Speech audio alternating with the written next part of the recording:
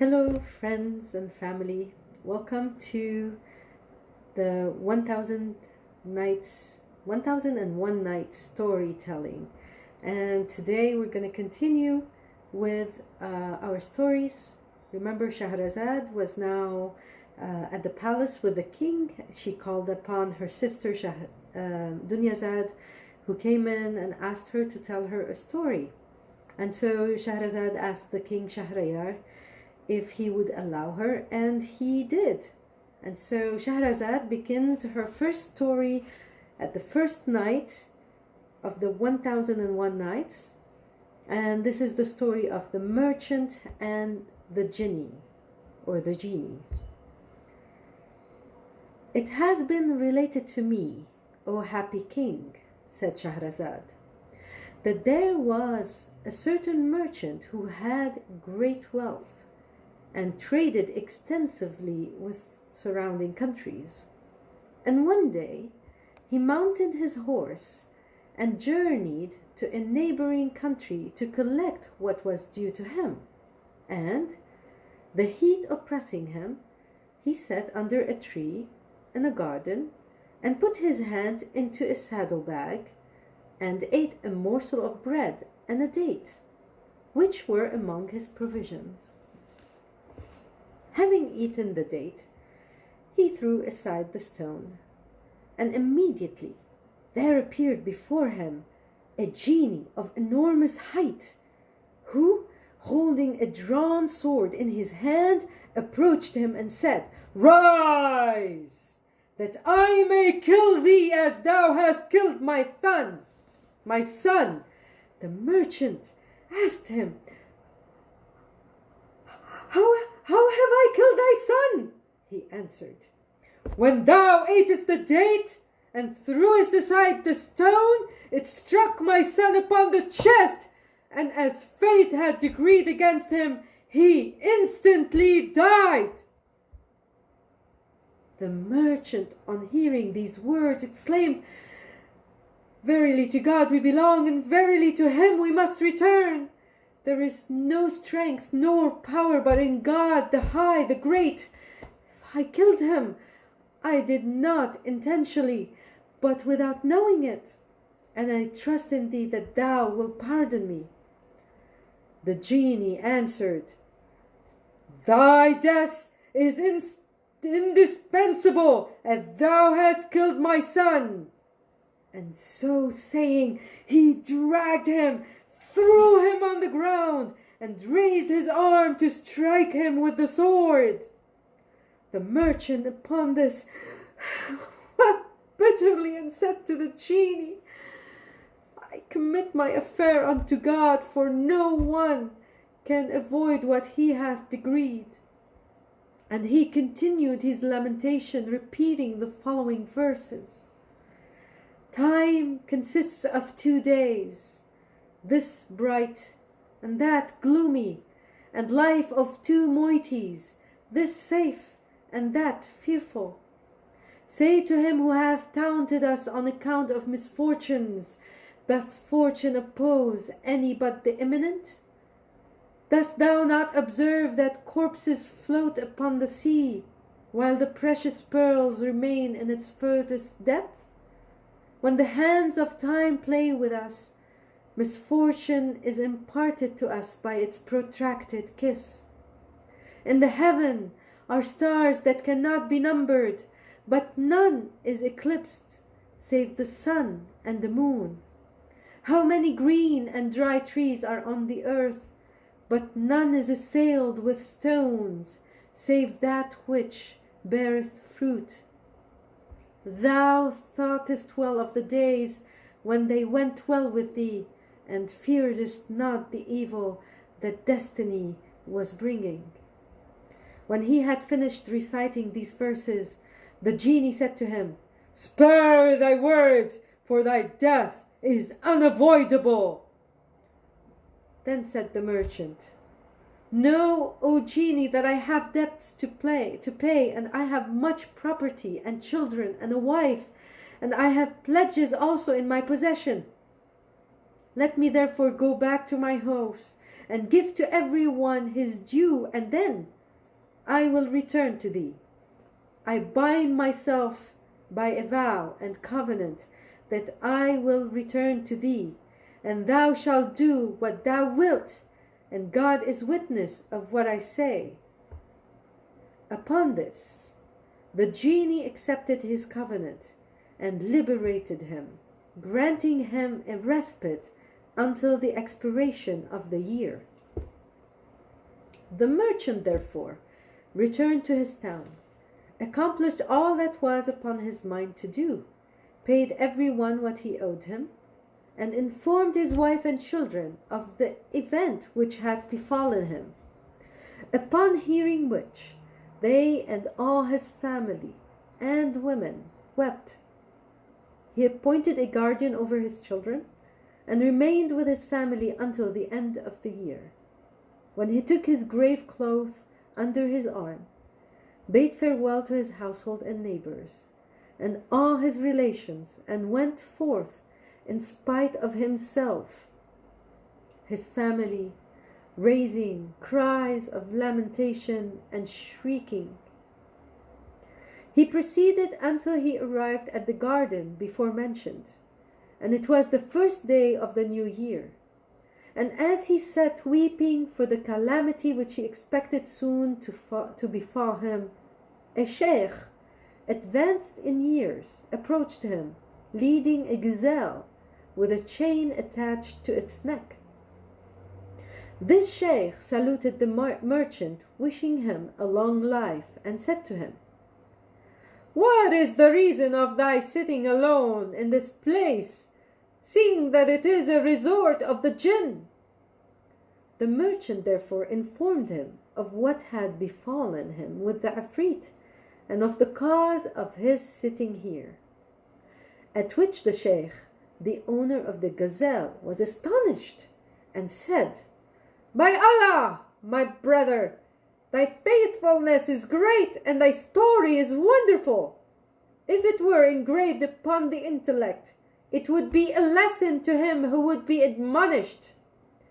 And he sat down by his side, and said, "By Allah, my brother, I will not quit this place until I see what will happen unto thee with this genie."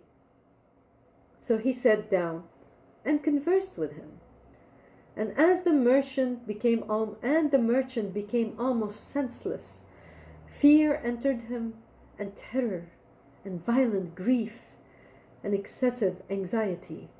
And as the owner of the gazelle sat by his side, lo, a second sheikh approached them with 2 black hounds, and inquired of them, after saluting them, the reason of their sitting in that place, seeing that it was a resort of the jinn. And they told him the story from beginning to end. And he had hardly sat down when there approached them a third sheikh with a dapple mule, and he asked them the same question, which was answered in the same manner. Immediately after, the dust was agitated and became an enormous revolving pillar approaching them from the midst of the desert, and this dust subsided, and behold, the genie with a drawn sword in his hand, his eyes casting forth sparks of fire, he came to them and dragged from them the merchant, and said to him, "Rise, that I may kill thee, as thou killedst my son, the vital spirit of my heart." And the merchant wailed and wept, and the 3 sheikh also manifested their sorrow by weeping and crying aloud and wailing. But the first sheikh, who was the owner of the gazelle, recovering his self-possession, kissed the hand of the Ifrit, and said to him, "O thou genie and crown of the kings of the Jann, if I relate to thee the story of myself and the gazelle, and thou find it to be wonderful, and more so than the adventure of this merchant, wilt thou give up to me 1/3 of thy claim to his blood?" He answered, "Yes." O Shaykh, if thou relate to me the story, and if I find it to be as thou hast said, I will give up to thee a third of my claim to his blood." Then said the Shaykh, "No, O Ifrit, this gazelle is the daughter of my paternal uncle, and she is of my flesh and my blood. I took her as my wife when she was young, and lived with her about 30 years. But I was not blessed with a child by her, so I took me a servant, and by her I was blessed with a male child, like the rising full moon, with beautiful eyes and delicately shaped eyebrows and perfectly formed limbs. And he grew up by little and little until he attained the age of 15 years. At this period, I unexpectedly had occasion to journey to a certain city, and went thither with a great stock of merchandise. Now my cousin, this gazelle, had studied enchantment and divination from her early years, and during my absence she transformed the youth above mentioned into a calf, and his mother into a cow, and committed them to the care of the herdsman.